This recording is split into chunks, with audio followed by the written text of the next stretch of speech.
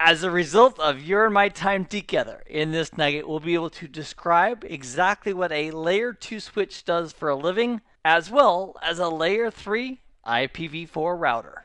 Let's begin. I'd like you to imagine the last time that you were using a computing resource. For example, a tablet, a phone, a computer, and very likely the chances are you're doing it right now as we talk together in this nugget. And when we boil it all down, the whole gist of network or networks is to share resources from different devices. And in general terms, a device that is providing resources or providing the content is referred to as a server. So, for example, a web server could serve up web content, an email server could provide email content, and so forth. And the client piece would be the function that's receiving that content. For example, a browser like Chrome or Firefox or Internet Explorer is providing the client function as we connect up to web servers who are providing the content. And if you, like me, when we're learning something new, if we have words or terms that are strange to us, sometimes that's a barrier to getting past it. So what I want to do with you in this nugget is talk about some of the common devices that we're very likely to see all the time in computer networks today, and just talk with you one-on-one about the names of these devices and what they do for us in the network. So let's start off with the definition of network. When you see the term network, what I would love you to think about when you hear the word network is think about street. Because you and I are both familiar with what a street is. For example, your address for the place you live is very likely on a street. And other people who live on that same street with you also have that street as part of their address. So in our topology here, we have router 1, this little hockey puck looking symbol. Everything over here could be considered as one network or one street. And that would include this Linux computer, the Windows computer, this guy over here too, this printer, this server, and any other devices that may be on that common network. Now, I'd like you to think for a moment about the street that you currently live on. Think about the name of that street. And having a name is a very common thing for a street to have. So just like a street, a network is also going to have a name. And for right now, let's call this network, this street over here that all these devices are on, let's call that street number A. And let's also, for the purpose of discussion, let's call this little street right here between this router and this firewall, let's call that street number B. And up here we have a switch and some public facing servers. And that's just a fancy way of saying we have some servers that can be accessed from the internet. And let's say this is network number C. And then over here we'll put network number D, and this network between this router and this branch office, we'll have that as network E. And the network between this router and the internet service provider, we'll go ahead and call that network F. So what we're looking at right here is a collection of networks. And each one of them has a different name. Very much like each street has a different name of the street. Elm Street versus First Street, and so forth. So now here's the wrinkle. Let's say we have a user like Bob who's sitting at this computer number 2 right here, a Windows computer, and Bob wants to go out and connect to the internet. Well, anytime that Bob wants to communicate with a server that's not on its local network, so Bob's on the local network A, and he wants to get out to the internet, which is some different network, Bob is going to need a little help, and he's going to get that help from a device called a router. And in our topology, these little blue hockey puck looking things, those are examples of IP routers. And the question might come up, okay, what exactly does a router do for a living? And the answer is, it routes. It makes forwarding decisions based on its routing table. So a router plays the game of hot potato all day long. It gets a packet in, it looks at the address of where this packet needs to go, the street name if you will, and then it makes a forwarding decision based on what the router believes is the best way to forward that packet, that information, in the direction of the network it needs to get to. Now, these networks that we've identified as network A, network B, network C, and so forth, those are representing some type of an IP network address. So an IP, the acronym IP, stands for Internet Protocol. It can be used inside of our local companies and on the internet as well. And an IP network address is simply like the name of the street that all of these devices are agreeing to use in this area of our network. And what the router does for a living, it routes between networks. So if Bob or anybody else here on network A wants to get to network B, C, D, E, F, or points beyond, all those devices are going to need to use the services of this router that is going to be able to forward traffic between different IP networks. So we can say that a router makes forwarding decisions based on IP networks. So the router's job is simply to make forwarding decisions when it gets a packet, looks at where it's destined to, and then plays the game of hot potato to forward it to the next device in the direction of that final destination. Now, one term that we'll quite often hear, and I'm going to point it out right now, is layer 3. And inside of the data that's being sent across networks, there are different categories or compartments, if you will, for the information being sent. And at layer 3, that's where we tuck in information such as IP addresses. So because the router is making forwarding decisions based on IP addresses, sometimes a router is referred to as an L3 or a layer 3 device. So let's take a moment and review what we've learned. Number 1, when we hear the term network, we can think of a street name because an IP network is very much like a street name that all the devices on that same street share and have in common, just like all of our neighbors who live on our same street. Now, if you and I want to send or receive information outside of our own local IP network, our own local street, we are going to have to use the services of an IP router, which can do that forwarding for us between IP networks. And because IP addresses are associated with layer 3, that's the compartment, if you will, that they live in, we'll often hear a router referred to as a layer 3 device. The next question might be, well, what if we're not trying to communicate outside of our own local street? So right here we have street A. And what if computer 1 and computer 2 want to talk directly to each other?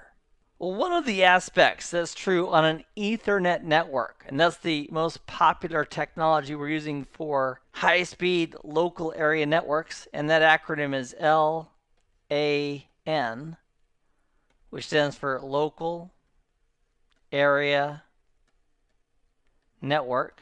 The concept of LAN simply represents a group of devices, or networks even, that are in fairly close proximity to each other and forward traffic at very high rates of speed.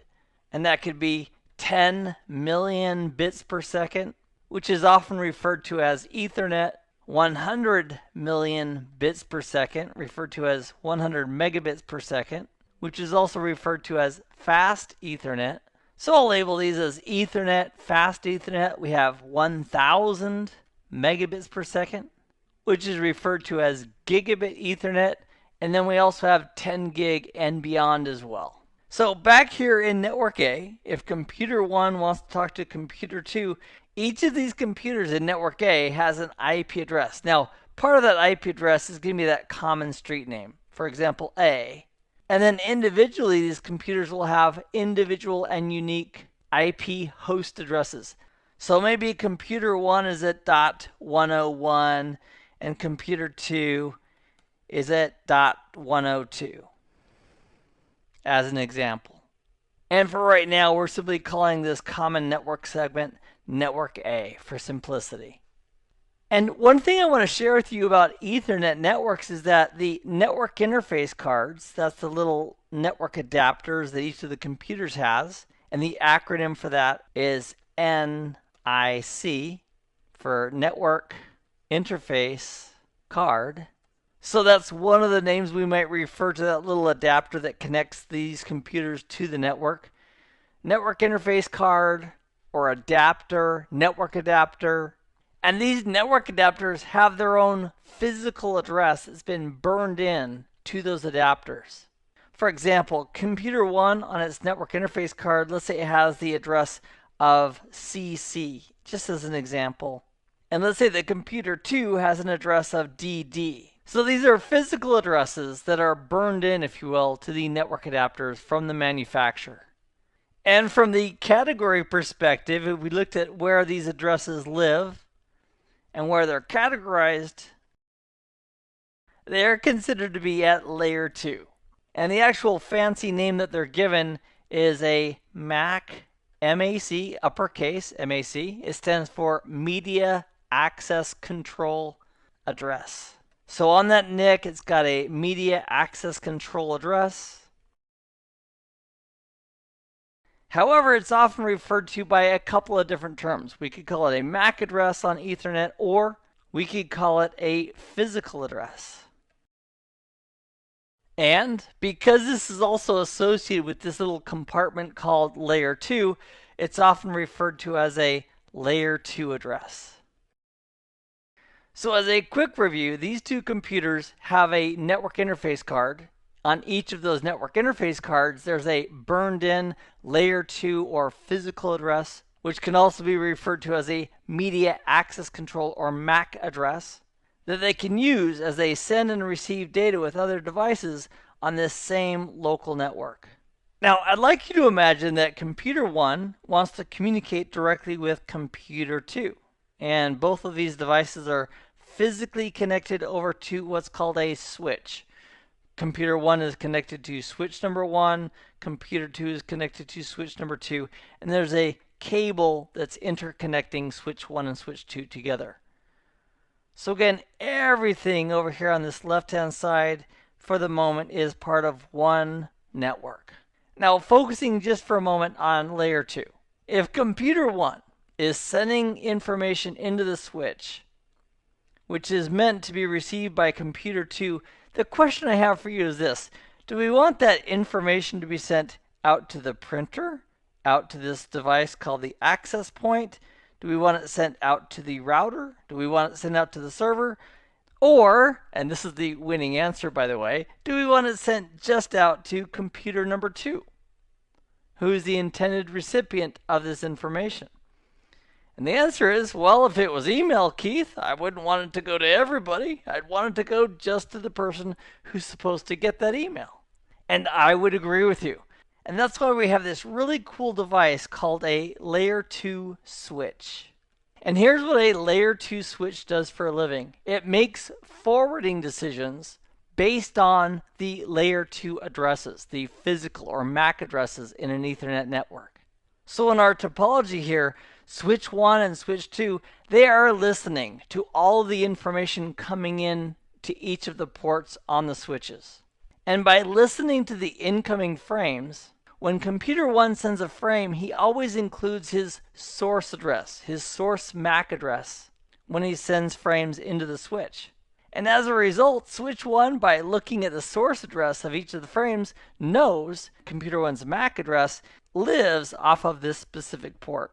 The same thing would happen with computer 2. Computer 2 would be sending frames into the switch, and the switch would look at the source MAC address, and the switch would then learn dynamically that computer 2's MAC address is reachable off of this port.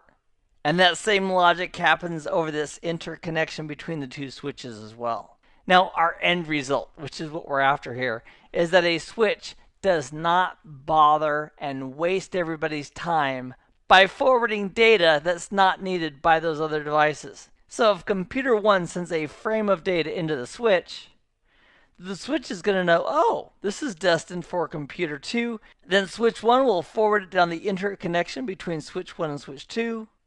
And switch 2 will forward it just directly out to the port where computer 2 is. And it won't bother any of the other ports by sending it that information that wasn't intended for those other ports. So we could say that a layer 2 switch, which is dealing with MAC addresses, which are also sometimes called physical addresses, and or also called layer 2 addresses on an Ethernet network.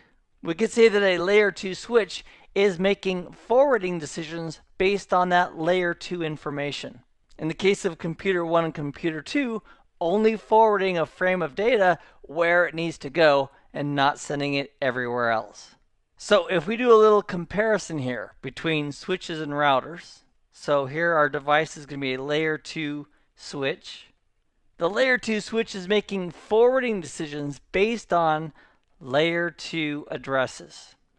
And here's what I'd like you to do right now. On Ethernet, I'd like you to give me a couple of terms that we refer to when talking about these layer 2 addresses on Ethernet. Can you remember the names? And I'll give you a moment right now to think about the layer 2 addresses and the names for those addresses. Do do do do do do do do do do do do. Do, do, do, do, do. Fade out the Jeopardy music. Okay, so if you said, Keith, those are MAC addresses, which stands for Immediate Access Control addresses, that is one absolutely correct answer. Or if you said physical addresses, that would also be absolutely correct. So on Ethernet networks, those three terms are all synonymous. Layer 2 addresses, MAC addresses, physical addresses, we're all talking about the same thing. The burned-in address given to a network interface card from the manufacturer when they made that interface card. So if we put a little dotted line here, and we compare a layer 3 router, a router is making forwarding decisions based on IP network addresses, which are an example of layer 3 addresses. And in the world we live in today, most of the internet is using something called IP, which stands for Internet Protocol version 4, as the layer 3 protocol. However, what's gaining popularity a little bit every single year is IPv6. It's been out for way more than a decade, and since we're running out of IPv4 addresses, we are being pushed as a planet slowly towards the use of IPv6 because there's more IPv6 addresses available. So the layer 2 switch makes forwarding decisions based on layer 2 addresses. A layer 3 router is making forwarding decisions based on IP network addresses. And I've got one more question for you. What if someone made a box like this and it had little ports that we could connect into it, and this magical box was able to do layer 3 routing based on IP networks and forwarding based on IP addresses, as well as doing layer 2 forwarding based on MAC addresses? What kind of a name would we give to this magical box? And I have a proposal. I propose that we give this box that can do layer 2 forwarding as well as layer 3 forwarding, I propose we call it a multi-layer box. Now the term multi-layer box doesn't sound that glamorous, so I suppose we could either call it multi-layer switch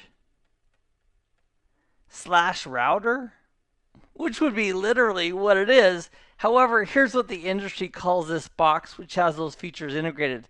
They simply call it a multi-layer switch because it can do the work at layer 2 based on MAC addresses, and it can do the work at layer 3 based on IP addresses. In this nugget, we've identified the basic functions of a layer 2 switch, that's these guys right here, as well as a layer 3 router, with the layer 2 switch making forwarding decisions based on layer 2 information such as MAC addresses, and a router making forwarding decisions based on IP information such as IP network addresses. And we've also come up with a term that we can use for a single box that has the ability to do layer 2 switching and layer 3 routing, and we're calling it a multi-layer switch. So here's our action items for this nugget. 2 things. Number 1, I'd like you to teach somebody about layer 2 switches and IP layer 3 routers and what they do. Now you might think, well, Keith, I need to review this a couple times before I do that. That would be your second assignment then. Go ahead and review this video if you need to until you talk to someone. It can even be over the phone, Skype, whatever, and just give them a brief overview of a layer 2 switch versus a layer 3 router. Give yourself a big pat on the back, and I'll see you in the next nugget. Until then, I hope this has been informative for you, and I'd like to thank you for viewing.